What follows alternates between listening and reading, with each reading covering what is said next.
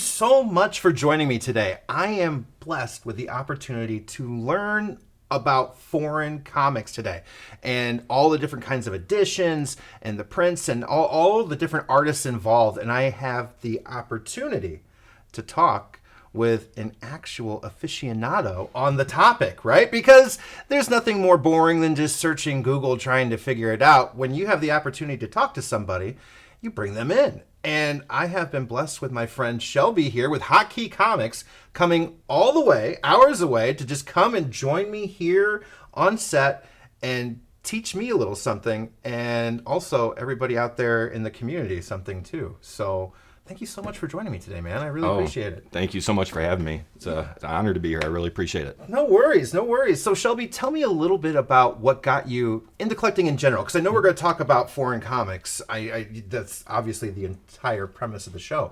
But I mean, so many of us start off probably collecting things that are a little bit more local to us and a little bit more in our language as far as things go when you first start into it, that you don't necessarily just go like, oh, I want to get that in a different language, right? That's something that kind of like grows. So tell me what really got you into comics.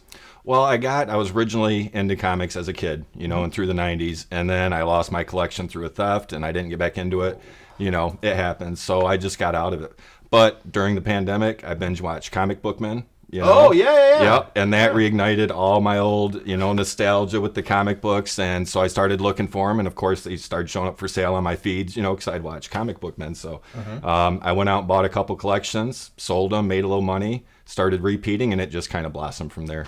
That's awesome, man. Yeah. So how many years have been kind of going at that as far as things go? Like since you really reignited that? Sure. I'm going in my 5th year now since I got back into comics. Wow. Awesome. So getting back into comics, what was that moment where you were just kind of like, I've never seen that before?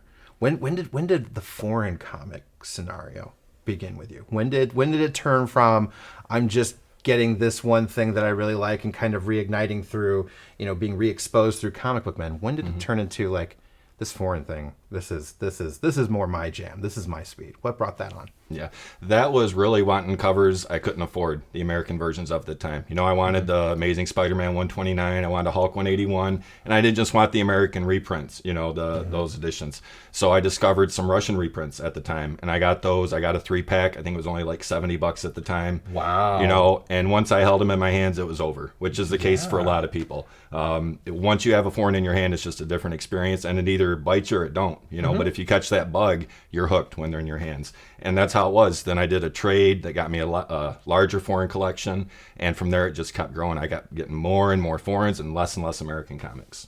So when it comes to your mindset, if I'm looking to start getting into foreign comics in general, right? Like what are some of the things that you would want a person to kind of start off getting to know? What are the most important things to you? What's that like A-level group of pieces of information that are really going to help people start to do this in an educated way? Because we usually fall into these things by accident. Sure.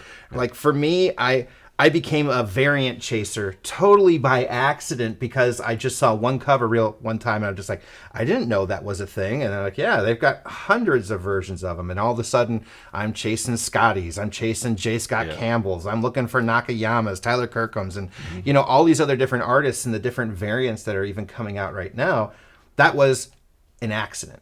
And unfortunately, I didn't have a guide. I all of a sudden just started going everywhere, which isn't always the best way to really begin to collect, because then all of a sudden you got a lot of things that maybe you didn't want. So that being the case, what are some of those important things that you kind of figure for like tier A pieces of information for education?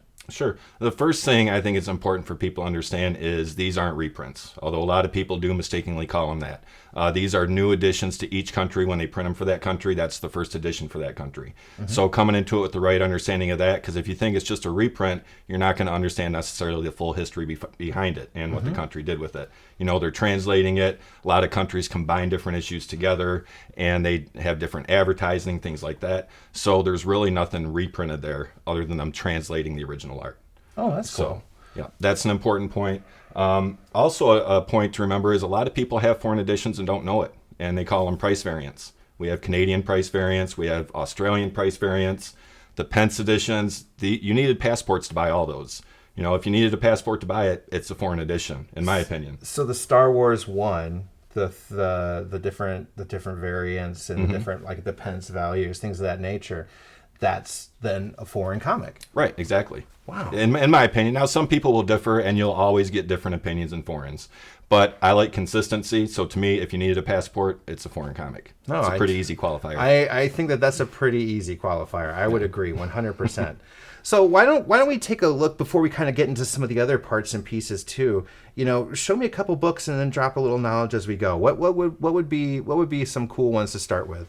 Well, this is a cool one to start with here. This first appearance of Supergirl. It's a very popular one. A lot of people know. Ooh, and wow. This is actually from India. Wow. So That's a beautiful book. Let me get a stand here for you guys. I'm gonna put this on something so we can get it a little bit nicer so everybody can see at the same time. Look at that beautiful book. And you'll notice it's in English. India did print them in English a lot, so you'll see that. Although most of the time your foreign comics are going to be in other languages. But this one is really hard to find. Usually you see maybe 1 or 2 of these come to market each year. So we pretty much define that as a ghost. And the color is beautiful, but what kind of happened here? Could you explain to me what this is? Sure. So this is what happens when you get a comic that's called pulled from bound. And bound volumes are just like these right here. It's where they take a lot of foreign comics together and they put them into a bound issue here. Yep, like that there. This is from Spain. It has giant size X-Men #1 in it. Check that out. And so sometimes people want the cover and they want to display it, so they take it out of these bound volumes and pretty much just destroy them. Wow. And they glue these in there to preserve them, so when you take it out, you're going to destroy the spine and have damage like that. Oh yeah. So these are kind of done then by the collectors in those countries themselves, right? There's no business that's going out there and like saying, we're going to take all these runs and to start binding them together. These are kind of like getting somebody's. These are one of ones. Yes, exactly. Essentially, each and every single time. Yeah, there's no consistency to them, even in the country, but especially from country to country. One may have 4 issues in it. I have a Wolverine one that has 17 issues in it. It's whatever whoever was making it wanted to make. It could have been a fan. It could have been a comic shop. And sometimes there are publishers that put them out too. So this is one of my favorite Doom covers right here with Storm. This is dope. This is dope. I love this. That's fantastic. This is like this is kind of like those omnibuses of the original, the OGs, when people were really trying to do that. That's sweet. And this is what came out of one of these. Exactly. Someone had made a bound volume of this, and so they decided to take apart the bound volume to separate the issues for cover sets or other reasons. And usually, I can't disagree with it either, because this cover is amazing. Right, absolutely. Yeah, it's strictly a personal preference. It's not that if you take it out, you're doing something wrong. Just understand what you're doing. These are good pieces of history, and if you don't necessarily want to take it out, preserve it if you're not sure, because you can always take it out later, but you can't put it back together. No, and that's going to obviously keep the value of these things a little bit more consistent too. But I guess more of us start taking these out on a regular basis, then it's also going to go up a little bit more in value on these books as far as things go. So I can understand that, but man, I just love the coloring of it too, because it's obviously being actually kept in these bound books. It's also kept the colors very bright. Right, it protects the cover. It did protect a lot of things to it, so that's awesome. Yeah, one of the big advantages to bound volumes is it will protect the cover. And with foreign comics, usually 90% of your damage is on the cover. The inside, you'll have rusty staples with white pages inside, because that's just how they are. So you get these preserving the cover in much better condition than you normally would have them. And there's a lot of different size variations too when it comes to these as well, right? Absolutely. Yeah. So let's go ahead and put that. Let's see what else have we got that's kind of surprising. I mean, what's the age? I mean, you're talking about these are editions. These are the first editions for their country. These aren't reprints. They're not foils. They're not, chromium cover reprint kinds of things. These are first editions in a different country. So what are some of those different kinds of age variations do you see in things like, what's like one of the oldest things you've got? Sure. Actually, one of my oldest ones I had is from 1881 here from Sweden. It is, I call this a museum piece right here. To get something that old, and especially when reds and yellows fade first, and this still has bright reds, is just unbelievable. You know, That's crazy. If this was American comic, you can just imagine the value on it. But 1881 from Sweden. They only produced one of these a year, from what we can tell, and they did this for either 10 or 12 issues. But some of these are in a museum in Sweden. You know, this is a true piece of history there. Wow. What? I don't even know what it's about. I mean, granted, I don't know Dutch. Yeah, So they just did some different artwork comics in. I mean, we can open it up and show you how. Yeah, let's, piece if of you don't history like mind, this. I wouldn't Absolutely. mind taking a peek. So it's just got a blank back cover, Uh-huh. blank inside pages, so they weren't even doing ads then. But yeah, it's just got different stories here. Wow. But like I said, inside white pages, you know. That's They're just like how little, foreign comics are. it's just like those, and that's the only way I can equate it to, but it kind of reminds me of like the Family Circus, like one single kind of, you know, and I'm not going to try and pull it too much, so I do apologize. But yeah, it's just like that one single shot kind of story scenario, and that's crazy. Right. Well, keep that in a protective bag, my friend. Keep that in a protective bag. I'm going to actually yank something here that I saw that I thought was really cool.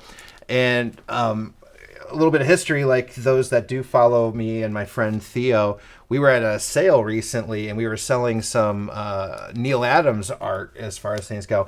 And one of the prints that came up was a print of Muhammad Ali versus Superman. And this is from Japan. Yeah, my business partner actually went to Japan on a family trip in January, and he was able to do a little looking for comics while he was there, and he found this. It's actually still in the original packaging from Japan with their price on it and everything. Wow. But yeah, 1978 September, he found this there and picked it up. And that's a big comic. In case you can't tell, that's a treasury-sized bag and board it's in. So Yeah. it is a beast, but it's just beautiful there. So, I mean, we're not just talking about like major large spans in age as far as things go, but we're also talking about a major changes in the sizing of these books as well. I mean, is that regional pretty much per country and publishing? They're just kind of taking what is, there's no specifications to that? Yeah, a lot of times they just did what they wanted, or whatever printing machines they had set up. You know, if it was set up to print 8x11, then they're making 8x11 comics. If they're making 15-inch magazines, then they're going to make 15-inch comics because that's the machines they have. Yeah. So that's going to lead to it sometimes. But sometimes it's just personal preference. Like Brazil does a lot of digest size, you know, like the Archie size. They do a lot of those. And so, yeah, you get sizes from there. There's a tiny Daredevil that's like that big. You know, it's really rare. What? All the way up to stuff like this. So That's crazy. This I just as far as like, you know, being a Gen Xer, things of that nature. I know I didn't grow up with Muhammad Ali getting to have the fights and things of that nature, but the man was still an icon through my entire childhood. I knew the float like a butterfly, sting like a bee. I knew who Superman was. And to see this cover, this is something that I didn't really get exposed to as a child, but getting to see this cover as a younger adult when I kind of rediscovered comic books again, this was a really awesome thing. And getting to play with those prints this last weekend was nothing short of amazing. Neil Adams is a tremendous artist. So, you know, seeing this automatically caught my eye. This caught my eye. I apologize. It's just it's a beauty. This is a gorgeous book. So tell me, next, let's take a look here. I saw something in here that you actually might. I thought this was just kind of adorable, but you know, at the end of the day, too. Care Bears? Yeah, it's I didn't even know there was a comic of Care Bears, let alone in a different language. Well, actually, the anniversary covers they did, with the border. Yeah. The Care Bears version of that is one of the rarest. Really? So there is a Care Bears version. But yeah, this is Dutch Care Bears #1. It's the only foreign Care Bears I've ever seen. Print runs are just usually way smaller in other countries. And then when you get into like B, C, and D titles like this, they're really not printing many. Yeah. So to find them is just really, it's a win when you find stuff like this. No, that's really cool. I did not even know Care Bears was a thing, like legitimately in comics. I had no clue. And then seeing that, I was just like, are you kidding me? That's crazy. Yeah, that's the fun of foreigns, is seeing stuff like that. It's not like American comics where we got a database where we know everything that was printed and print runs. It's really just so many unknowns that we're discovering. And this is again as well size variation, right? Let's talk about So this is let's get a little Spider-Man-y, Peter Parker-y. Yeah, this is a really interesting issue with a lot of history. So this cover is originally from La Prensa. That's the stamp up here. This is the Brazil bootleg of it. But the original La Prensa, this wedding cover, is a non-canon that Mexico did. Duran was the artist. He's an amazing artist, did some awesome covers. But this wasn't canon, and he did it on his own. This recently sold, just in the last, about a year and a half now, for over $30,000. Wow. This is the most expensive, and the original La Prensa, not this one. It's the most expensive known foreign comic to sell so far, and there's just not many of them out there. And so what happens with a lot of foreign comics like that, people want the covers and they can't afford it. So someone will come out with the bootleg. There's a German one of this, but this one's from Brazil, and this is the most affordable one for people to get. But yeah, it's when they get a cover that they can't afford. Same with like me. I wanted the American covers I couldn't afford, got me into foreigns. They can't get the original, obviously, so they start looking for the other ones they can get of it. So, and explain this to me too, and the people joining us. This entire story arc was because they were putting Spider-Man in the newspapers in Mexico at one point, and they didn't want Gwen Stacy to die, so they basically made an alternate timeline where Gwen Stacy lives. There's different opinions around that. Like, I only know a little bit. Right, and that's what I've always heard. It's that Duran didn't like when they killed Gwen. I've also heard that he did the story before they killed Gwen, and it's because they were doing more than one Spider-Man story a month. So they ran out of material, and they had to start doing his own. So he created this. I'm not sure which one is actual. I'm sure some people will swear to both of them. Yeah. It's one of those aspects of foreign comics, who knows? Unsolved mysteries as far as things go. Either story, I think, is great history to it, whichever one is true.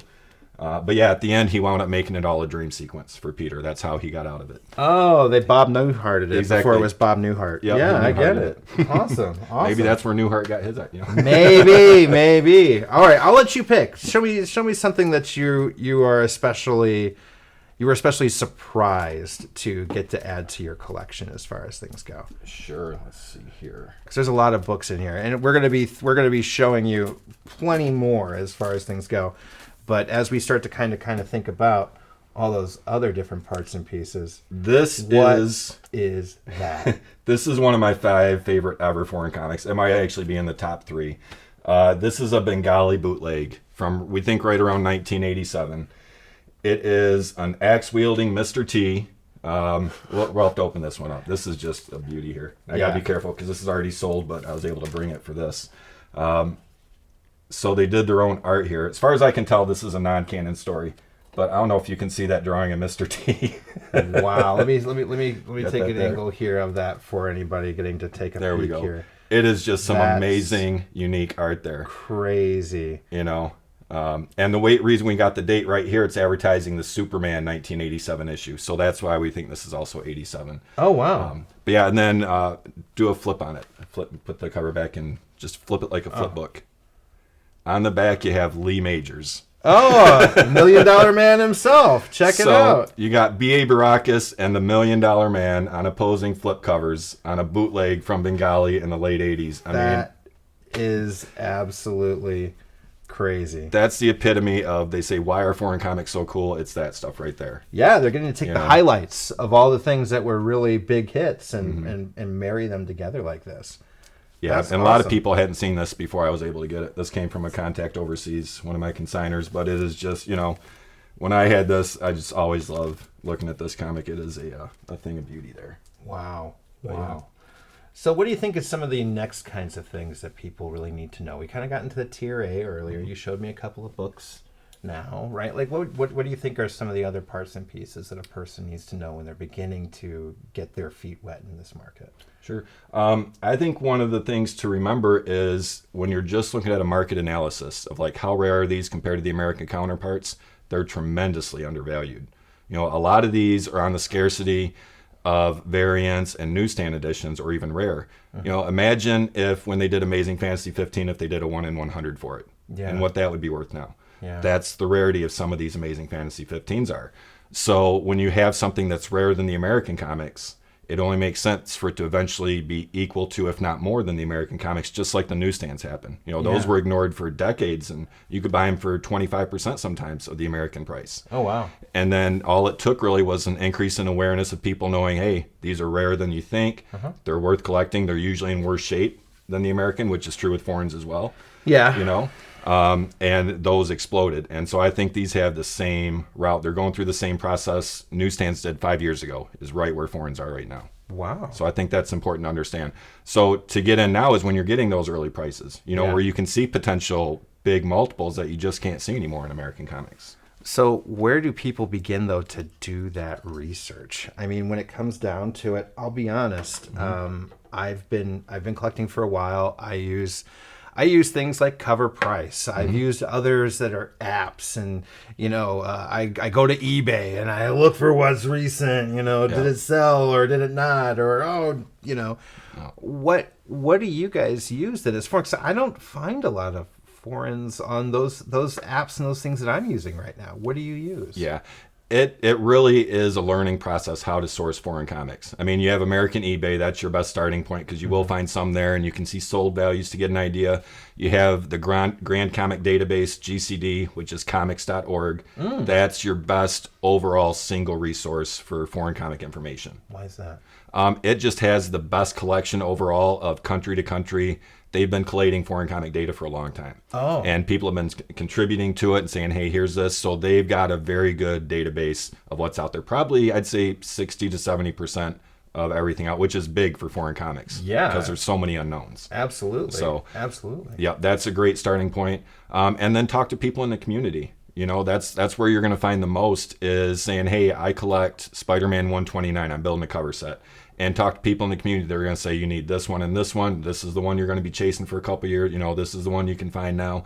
And you're going to get a lot of help there. If you just go off searching on your own, it's, it really is like the Wild West. You don't know what you're going to find, if it's going to be priced right. So the most important thing when you're starting out is to talk to the community. Don't be scared to ask opinions. Hey, this guy wants $200 for this book. Is that a good price? Ask around, get people's opinions, and you'll learn a lot really quick. So this is also a little bit more and analysis, a little bit more research and homework than just the traditional, like, oh, I know I've always liked that book. It's just just feels like a good price. I'm just gonna go get it, or oh, as somebody I trust, the grade's gonna be in the area that I'm thinking. I'm gonna immediately go and pull that trigger. There's a lot more research that goes involved with this, because you said something that I've never heard before. When it comes to looking for comics, you said sourcing. What do you mean by sourcing? So that is the process of trying to find foreign comics. And we call that sourcing. It's going out, and whether you're trying to find someone in America who has them, or whether you want someone in Italy to find them for you and you're looking there, there's different methods of sourcing. You can look for, foreign eBay sites and other auction sites. So there's a lot of methods to it, but that's basically what we call any method you use to find foreign comics. Okay. Yeah. So this is kind of like finding your bloodhounds in those different areas to go searching for the A's and the B's and the C's and the D's that you're looking for to then help you get these to the U.S., right? And that's got to be a process, though, too, right? I mean, when it comes to... I mean, I sell books occasionally. I'm not an advanced full-time seller. I'm more of a part-time moonlighter. You guys probably look at me and be like, ugh, what a novice. He just spent $8 for that thing, and I found 20 of them in this box for $1. I'm that guy. I won't lie. But at the end of the day, too, I do know what it goes to, like, go into shipping and, putting things in Geminis. And I've sent things to Canada and the UK alone, and it's a beast. Like, I'm filling out triplicate forms. I'm declaring stuff in customs. What is that like for you guys? It is. Shipping is definitely the worst part and highest risk part of foreign comics. And that's why a lot of people just look for their people in America who have already sourced them, like me. That's why people love buying from me. They know they're going to get it. Gemini is almost an unknown word when you're dealing with overseas shipments. Usually it's pretty standard to get something maybe taped to a piece of cardboard and just an envelope. That's your standard overseas shipping. So, and they'll tell you they did a good job packaging. They went the extra mile putting that cardboard in there. Yeah. Now, that is changing some, as other countries are getting aware of the value of these, they are starting to package better. But in general, shipping overseas is a nightmare. You don't know. I've seen people get boxes that were just sitting in standing water, and they open it, and, you just got everything absorbed into the bottom corners. Yeah, and, the insurance from country to country is a nightmare. So shipping is definitely the part you want to be most aware of. I tell people $30 on up standard, and that's if you're just getting 1 or 2 books, you're going to be paying 30 to 50. If you're getting, a stack of books, you're probably going to be paying 100 or more. So you don't want to really impulse buy overseas. You want to plan it out, make a stack, make the shipping worth it, break it down per book, because it can be bad and they don't protect them a lot. Now, once you find good buyers, they do, I have some excellent people who do ship me, and they'll fully protected, bubble wrapped, cardboard and everything. But you got to find those people. So that's part of going into the sourcing, right, as far as things go too. And talking to the community, saying who packages good, who to avoid, who's going to ship me this in a bubble mailer with no cardboard. Yeah. We've all had the horror story of opening something from the mailbox that was folded. Absolutely. And that happens with foreigns a lot. I cringe just to think about it. Yeah, and honestly, I just think about shipping in general. It makes me cringe all around. So right. That's insane. That's insane. Yeah. But now, when it comes to comics, though, too, especially foreign comics, I noticed that obviously the titling is different because we're changing languages. We're doing things like that, right? Sure. But is there is there a lot of liberties taken with different kinds of covers? I mean, do you see something that's iconic here, and you look at it like, what the hell is that? Can you give me any examples of something that's just kind of like cover wise, sure, a little weird, where they just make it really strange? Yeah. Mexico did one actually here in 1981. They decided they wanted, for some reason, in Mexico to make Black Panther white right here. We don't know why. We don't know the story behind it, but this is a piece I think has tremendous potential. That there's just not a lot of people aware of this yet. And the more people become aware of it, I think the more it's going to go up in value. Just my personal opinion. It's a dude playing another dude. Right. And that's crazy, though. I've never... I mean, wow. Exactly. That's all you can do with this is go, wow, Mexico whitewashed Black Panther in 1981. In the 80s, too. But, I mean, that goes to show you, though, too, like how evasive and how groundbreaking certain characters were. Absolutely. In any country. Yeah. Because you don't think of Mexico as a traditionally whitewashed country exactly. or nation, right? Right. I mean, and I'm saying this as a white man, obviously. I'm 100% not in the position to go saying what anybody should be thinking or feeling when it comes to races. But when it comes to my thoughts, I never would have thought I'd see something like this, no. especially from a country that definitely had more black and brown people in it. It's crazy. That's one of those I think is the more people find out about it, it's gonna be like the Gwen Stacy issue. I don't think it's gonna get into 20, 30,000, but I think it's going to get to that level of rarity where people are going to start doing bootlegs of it and things like that because they can't find the originals. So what do you think of any other ones? What are some other examples? Like, I think you talked to me like about a Batman or a Doom, or I know some of them were a little strange. This is an awesome, since Doom is pretty popular right now with RDJ coming back. So this is Spain. I'm wearing my Doom shoes too, for those that don't know, okay? These are my Dr. Doom shoes. There you go. This is their own version. I'll move this out of the way. Of FF5. And, they got the gold mask there on Doom. They minimalized it a bit and just made it about the characters. It's almost like they were forecasting Robert Downey Jr. going from Iron Man to Dr. Doom by making him red and gold. Yeah, exactly. It has a lot more significance now than it did a couple weeks ago, for sure. That's crazy. But yeah, so they did whatever they wanted, especially from the 70s on back. You got to remember, Marvel was facing bankruptcy in the 70s. Yeah. Anyone who was giving them a check, they were cashing it and saying, "Here's the rights to our art. Do what you want." Wow. They weren't following up to make sure they were following the rules. That check cleared, they were good. Really? So a lot more of the Wild West feel, and where you get people doing what they want from each country to country. Now, I think you also showed me one with DC with Batman. Like, his outfit was totally Yeah. purple. That is awesome. This It was is like from it wasn't Sweden. just I mean, it was purple. It was just like Catwoman from the 80s. Yeah, Purple. This is from 1975 in Sweden. I love color variants, especially a Batman. There's a red Batman from Italy in the 40s and 50s. This is a purple Batman from Sweden in 1975, and stuff like this is just this is right in my wheelhouse. That's purple people. I mean, I'm It not sure matches, how well you can see this, but that is purple. Right. They even did them purple up there, so it all matches consistent. Yeah. And for some reason, instead of DC, they use the Whitman logo. I don't even know if cool. I don't. Oh yeah, I didn't even see that. Wow. Yeah, this is like Joker, kind of almost purple. Right. Yeah. It's definitely an oddity where they just probably felt like making them purple, so they did, or maybe they were out of they had blues, but maybe they didn't have the right ones, or it's one of those things you don't know the reason. So there's always going to speculate and have opinions. Unless someone finds a stack of records in an attic at this point, we're not going to know what half these companies were doing. Yeah. And do you see many of these graded as well? I mean, just wondering. I don't, because at the same time, there's lots of size variation. Here, Absolutely. right. Like when I'm looking at these, all three of these are different sizes, and and we were just looking at other things before. I don't know if CGC or everybody else just automatically is just like, yeah, I got the plastic for that one, that one, that one, that one, that one. Yeah.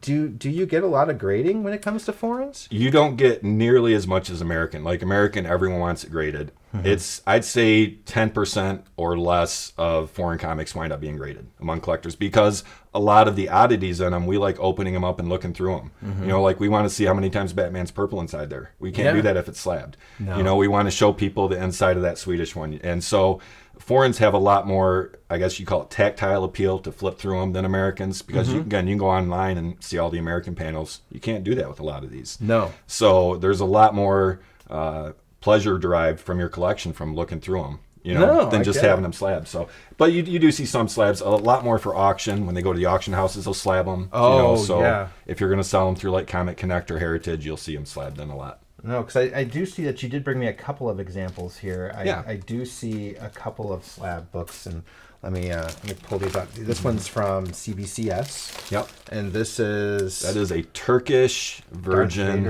variant. Yep. 9/8 there. That is Turkey got the Star Wars rights the last few years, and they put out some really awesome Star Wars stuff. Yeah. Turkey did. They went nuts with it. I have it actually in AF50. It's Amazing Fantasy by Salor.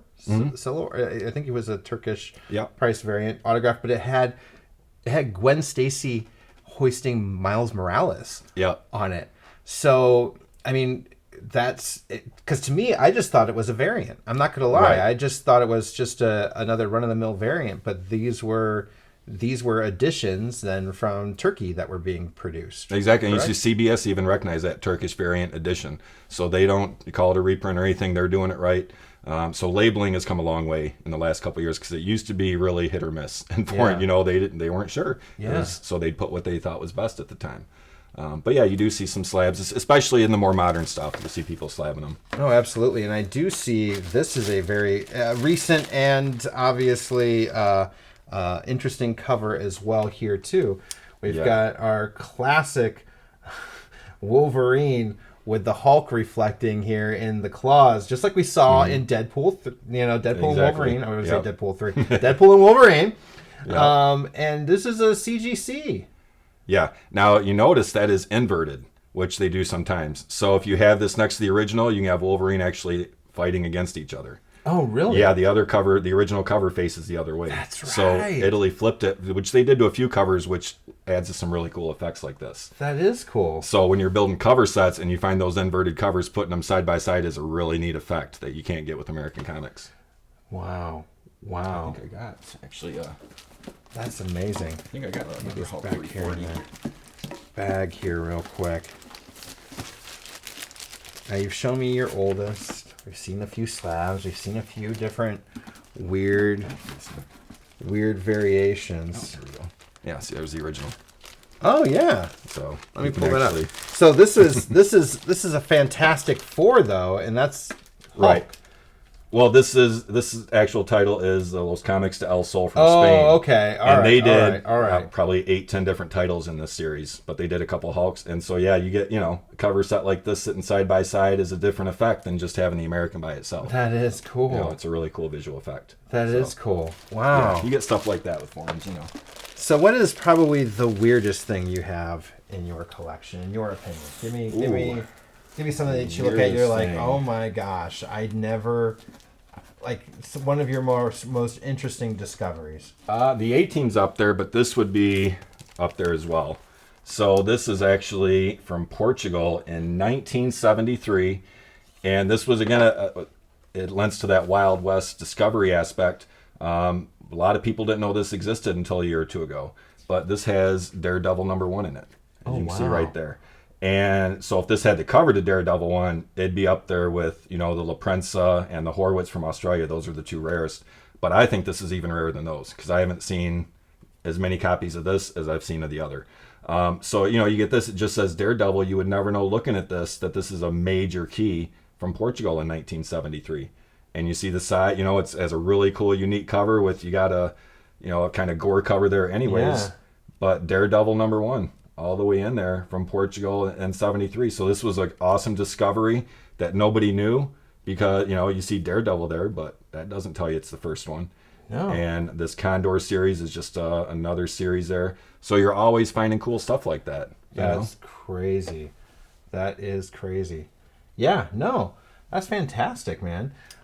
So before we leave, what are any other parting thoughts that you think any novice like me getting into this side of the hobby really needs to kind of know before we go? Mm-hmm. Sure. One thing to realize is you have a whole new world of artists and original art and variants like we saw to discover. So if you really like the art aspect of covers, you're going to love foreign comics because there's so much variance there and so many different styles. You may like Frazano from France, you may like Duran from Mexico, you may like, so many countries have different greats from them. That's a whole new world outside of the American ones. So you have that to discover. And what a lot of people find too is they get into American comics, they've been in it for years, they get kind of burned out.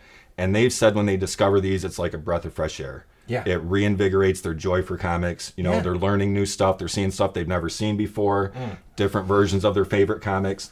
So you're going to get that as well. There's a lot of rediscovered joy people have when they get kind of that burnout feeling that we all get. I absolutely get that because I know I saw first Harley Quinn in here a little while ago. We're seeing the iconic, That's a brand new one there. Yep. That is a new publisher. Rajavu Comics from India there. It's a bootleg of ASM 300. Wow. And yeah, that's their first comic they ever put out. I was able to get some of them. I was the first in America to have those actually, but that's where, people thought they had complete cover sets of ASM 300. Now they don't. There's a new one.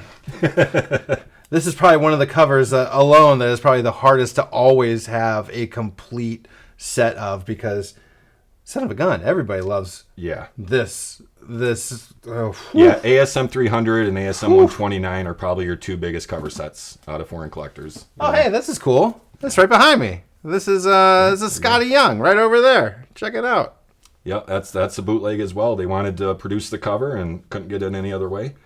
So give me an idea before we go to, because you're using the term a lot, bootleg. Sure. Right? And what are we talking about when you say bootleg? Like this is unauthorized by Marvel or DC or whoever, and somebody's just going out and making their own versions? Yeah, and they've been doing that for decades in foreigns. And I do actually have a Fun with Foreigns episode about bootlegs. I have a YouTube channel where I do foreign content. Cool. I have my panels on there, like Why Collect Foreign Comics. That's our main panel. So you can learn a lot of these things in there I go into detail on. But yeah, lost my train of thought there. No, when it comes to these different authorizations and bootlegs and all the different parts and pieces, it's just super confusing to try and look at something and be like, was this authorized? Was this not authorized? How can you kind of tell? So the easiest way to tell is look for the Marvel or DC logo. You know, because if they get the authority, they're going to put that on there. And if they don't, they're not going to want to, because that opens them up more. And now every country's going to have different laws. Some countries, maybe they do the bootlegs because they couldn't get the rights from Marvel. Maybe they couldn't afford it. Yeah. Maybe they're just like, I don't want to bypass that. I'm going to print these, you know, at my uncle's print shop down the street. Yeah. And there's always different reasons. But in general, a bootleg is anything unauthorized. Regardless of the reasons, in my view, they're all the same thing.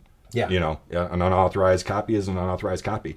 And as long as you're upfront about it, I don't think there's anything wrong with bootlegs and foreigns, because you get them for a lot of different reasons. Yeah. And like the wedding issue, you can't get that original. The only way to get that is a bootleg. Yeah. You know, so there's demand for them sometimes. Sometimes it might be someone making a money grab going, hey, I can make this cover and make some money. As long as, I mean, really... Yeah. Every comic producer produces comics as a money grab when you get down to it. Yeah. Oh, absolutely. Absolutely. So it's one of those, be upfront about what you have. You know, if people know it's a bootleg, I don't think the reason it was produced matters, as long as you're upfront. Don't sell them as authentic. That's really bad. Yes. You know, yes. You don't want to get into any type of deception. You just always want to be upfront about what you have with foreign comics. And are there lots of more, what's the word I want to use? Lots of more local artists in these countries doing the cover work on some of these, as far as things go? Because I mean, I'd never heard of Salor until I saw that that Amazing Fantasy. I don't know if it was a bootleg or not. Now that I think about it, but those were authentic Turkish, I think. Okay, yeah. But that Turkish variant, right? That was my first time seeing it. It was totally different size. Looks weird in my regular size bed and board, you know, kind of thing. And but I remember showing that, and it was the question every single person asked of all the books that were on my wall when I was selling. I sold one. I kept one for myself. But of every single one, like, what the hell is that? Like, what is that? I'm like, I really don't kind of know. I'm not going to lie, guys. Like, my friend gave me two, and like, I've got a certificate of authenticity. And when you open it, it didn't look like an AF-15 when I first opened it on the inside. It had like, it was almost like a Wikipedia of Spider-Man in there and things of that nature. It was crazy, but you know, I never heard of Salor until that moment. And that's when people were just like, no, he's kind of a deal. You know, like people look for that art specifically. Are there a lot of other regional artists that people might not be aware of here in the United States because of these foreigns? Yeah, absolutely. And I think as the, you know, next 5-10 years go on and foreigns get a lot more known, you're going to see a lot of these artists get a lot more known and prominent. Like, you know, Jean Frazano from France and Duran and all these greats that are around. They have their due coming, and there's some amazing talent out there that just isn't really that wide known because people aren't aware of it. Wow. So that's what we're trying to do, is let people know these comics are awesome. They have some great history behind them. You know, most people that have them fall in love with them, and just check them out, see if you like them, see if it's for you. That's fantastic. Shelby, man, thank you so much for coming out here and giving me an education on foreigns, and hopefully being able to help the rest of you out there as well learn a little bit about this entirely different niche of collecting in comics. I'm super appreciative, my man. Absolutely. Thank you so much for having me. It's been a pleasure. I love talking about foreign comics. So. Anytime. We'll have to do this again, 100%. Absolutely. Well, thank you everybody for joining. And for those that don't know, make sure you are following HotKey Comics. You're on Instagram, YouTube. You're on everything, right? Just about, yep. HotKey Comics. Look for the key that's on fire. Whatnot. Yep. We do weekly Friday sales on Whatnot. It's fantastic. Weekly live sales on Instagram every Saturday, you know, if we're not at a convention. But yeah, we've been running weekly live all foreign comic sales for almost 3 years now. Wow. So, well, again, thank you so much, and thank you guys so much for joining. Please remember to like and share. We do appreciate it. Comment below, and if you aren't following, please hit that subscribe button. I would sincerely appreciate it. And until next time, my friends, thank you so much.